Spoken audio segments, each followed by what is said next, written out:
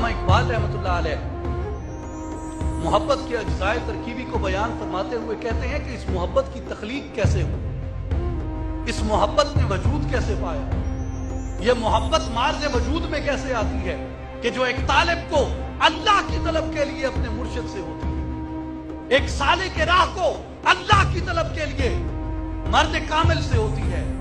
ایک مجاہد کو اللہ کی راہ میں جہاد کے لیے اپنے امیر سے ہوتی ہے، ایک امتی کو اللہ کی ہدایت کی خاطر اپنے نبی سے جو محبت ہوتی ہے، ایک مخلوق کو اپنے خالق سے جو محبت ہوتی ہے، وہ محبت کیسے تشکیل پاتی ہے، وہ محبت کس چیز سے بنی ہے، وہ محبت کیسے بنی، وہ محبت کب بنی؟ علامہ اقبال رحمۃ اللہ علیہ فرماتے ہیں چمک تارے سے مانگی،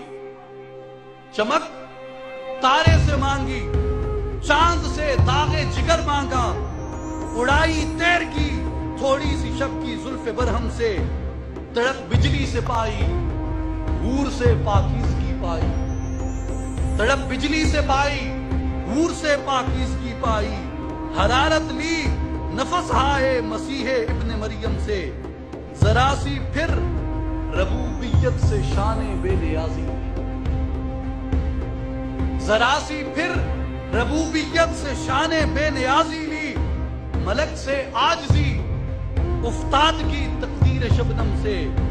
پھر ان اجزاء کو گھولا چشمہ حیواں کے پانی میں، وہ چشمہ حیواں کے پانی میں یہ تمام اجزاء جب ملے تو اس سے کیا مرکب نکلا۔ اب اجزاء ترکیبی کیا کیا ہیں کہ عرش اعظم پہ ایک کیمیا گر ہے،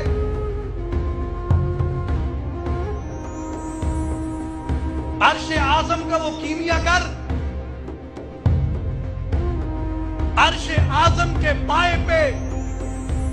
ایک اکسیر نسخہ لکھا ہوا دیکھتا ہے، اور کیمیا گر کہتے ہیں کیمیا بنانے والا جو سونا بناتے ہیں، جواہر لال اور موتی بناتے ہیں،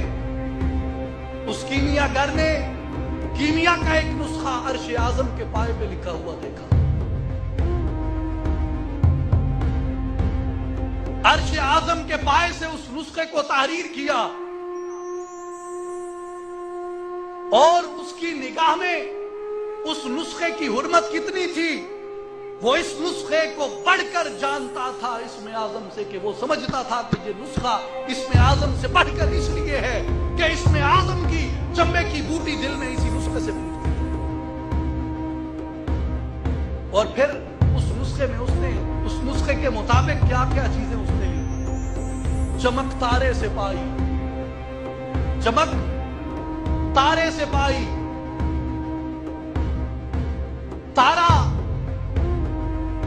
چمکنے کا استعارہ ہے، نور کا استعارہ ہے، جب کسی چمک کی بات ہوتی ہے تو ستارے سے اس کو مستعار دیا جاتا ہے، چمک تارے سے پائی، چاند سے داغ جگر مانگا۔ یہ میں آپ کو ایک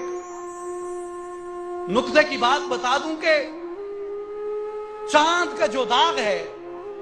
اس کو اہل نظر یہ کہتے ہیں کہ یہ داغ چاند کا یہ داغ محبت ہے، جس طرح علامہ اقبال چاند کو مخاطب کرتے ہوئے کہتے ہیں کہ میں مضطرب زمین پر بے تاب تو فلک پر، تجھ کو بھی جستجو ہے مجھ کو بھی جستجو ہے، یہ داغ سا جو تیرے سینے میں ہے نمایاں، عاشق ہے تو کسی کا یہ داغ آرزو ہے۔ چاند سے داغ جگر مانگا، چمک تارے سے پائی، چاند سے داغ جگر مانگا، اور چاند سے اس محبت کا آرزو کا جستجو کا عشق کا وہ داغ مانگ لیا کہ یہ داغ بھی مجھے دے دو۔ اور پھر جس چیز کے اندر اجلت ہے،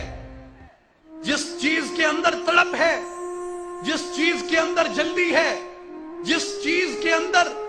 آنے واحد کے اندر کسی بھی چیز پہ کسی بھی مقام پہ حملہ کرنے کی قوت ہے، وہ بجلی ہے، کہاں تڑپ بجلی سے پائی، اور پاکیزگی کہاں سے لی، جس کی پاکیزگی کو اللہ نے قرآن میں بیان فرمایا ہے کہ میں نے ان کے لیے جنت میں بہت پاکیزہ اور نیک بیویاں رکھی ہیں،